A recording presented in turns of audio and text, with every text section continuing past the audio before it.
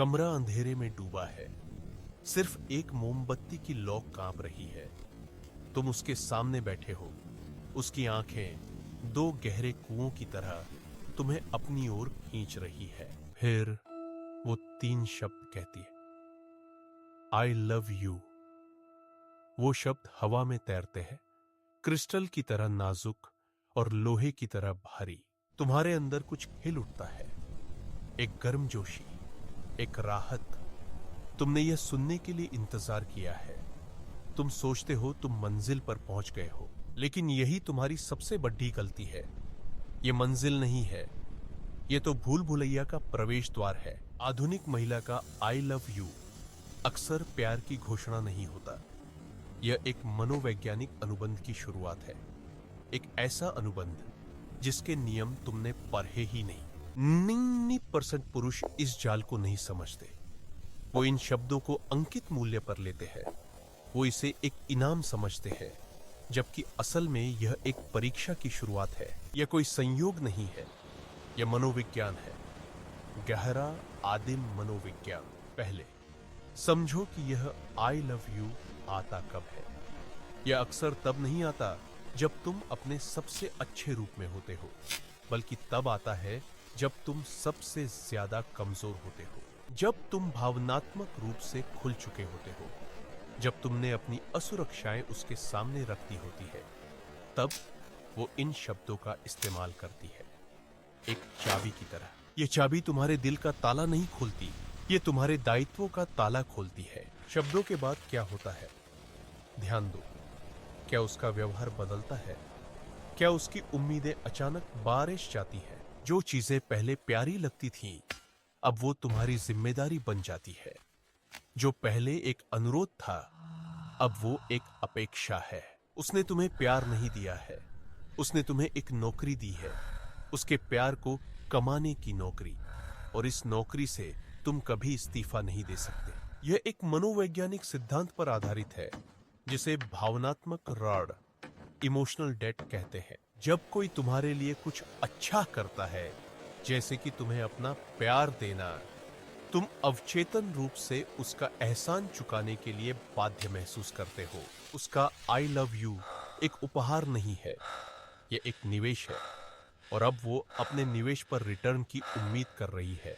चलो एक उदाहरण देखते हैं, रोहन और माया। रोहन एक साधारण लड़ढाका था, थोड़ा शर्मीला, थोड़ा असुरक्षित। माया उसकी दुनिया में एक तूफान की तरह आई, आत्मविश्वासी, आकर्षक।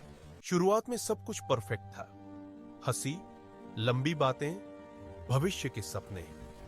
रोहन को लगा कि उसे अपनी आत्मा का साथी मिल गया है। एक रात सितारों के नीचे माया ने कहा, रोहन, आई लव यू।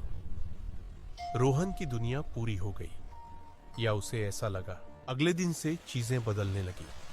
माया ने रोहन के दोस्तों के बारे में शिकायत करना शुरू कर दिया। अगर तुम मुझसे प्यार करते हो, तो तुम उनके साथ इतना समय क्यों बिताते हो? उसने उसके शौक पर सवाल उठाए। यह बचकाना है। क्या तुम मेरे लिए इसे नहीं छोड़ सकते?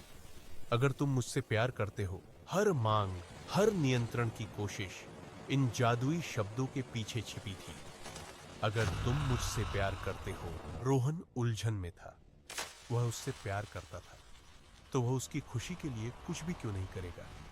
वह खुद पर सवाल उठाने लगा। उसने अपने दोस्त खो दिए, उसने अपने शौक छोड़ दिए।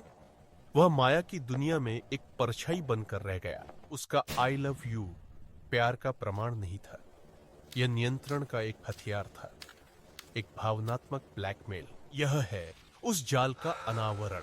वो 3 शब्द एक भावनात्मक आरण पैदा करते हैं, जिसे चुकाना लगभग असंभव है। यह तुम्हें एक ऐसी स्थिति में डाल देता है जहां तुम उसके प्यार को साबित करने के लिए लगातार काम करते हो। तुम देते जाते हो और वो लेती जाती है। संतुलन बिगड़ास जाता है। तुम उसके प्यार को पाने के लिए नहीं, बल्कि उसे खोने के डर से काम करते हो। प्यार प्रशंसा से नहीं, डर से प्रेरित होता है। यह तुम्हारी गलती नहीं है, पुरुषों को समाधान करने वाला बनाया गया है। जब एक महिला अपनी कमजोरी, अपना प्यार सौंपकर दिखाती है, तो तुम उसे ठीक करना चाहते हो, उसकी रक्षा करना चाहते हो। वह तुम्हारी इसी प्रवृत्ति का फायदा उठाती है। वह तुम्हें प्यार का भ्रम देती है और बदले में तुम्हारी स्वायत्तता ले लेती है। तो तुम क्या करते हो? क्या तुम फिर कभी किसी पर भरोसा नहीं करते? नहीं, तुम सिनिकल नहीं बल्कि जागरूक बनते हो। शब्दों को सुनो लेकिन कार्यों को देखो। क्या उसके शब्द और कर्म एक ही कहानी कहते हैं? सच्चा प्यार मुक्ति देता है, बांधता नहीं। ये तुम्हें बेहतर बनने के लिए प्रेरित करता है, तुम्हें मिटाने के लिए नहीं। जब वो कहती है आई लव यू, तो जश्न मत मनाओ। रुको, देखो और सुनो। न केवल उसके शब्दों को बल्कि उन शब्दों के बीच की खामोशी को भी, क्योंकि सच अक्सर शब्दों में नहीं बल्कि उनके पीछे छिपे इरादों में होता है। और वो इरादे अगर तुम ध्यान से देखो तो हमेशा अपनी परछाई छोड़ने डेच जाते हैं।